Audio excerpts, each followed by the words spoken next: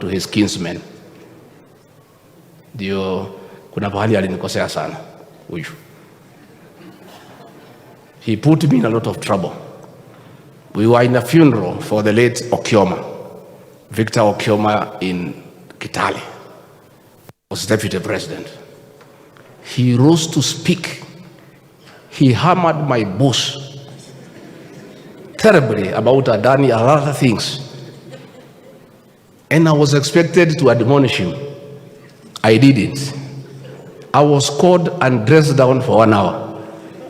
Kwa hivyo Onyonka, ile vita ni shida nimepata, wewe ndio uliniweka kwa hiyo shida. But when I was admonished, nikamwambia yule jamaa, finally I got annoyed because he abused me. I told him, but what Onyonka said was true and I agree with it up to today. Hi cousin. Hi Kuzo. Hi cousin. Asanteni sana makuzo, Mungu awabariki.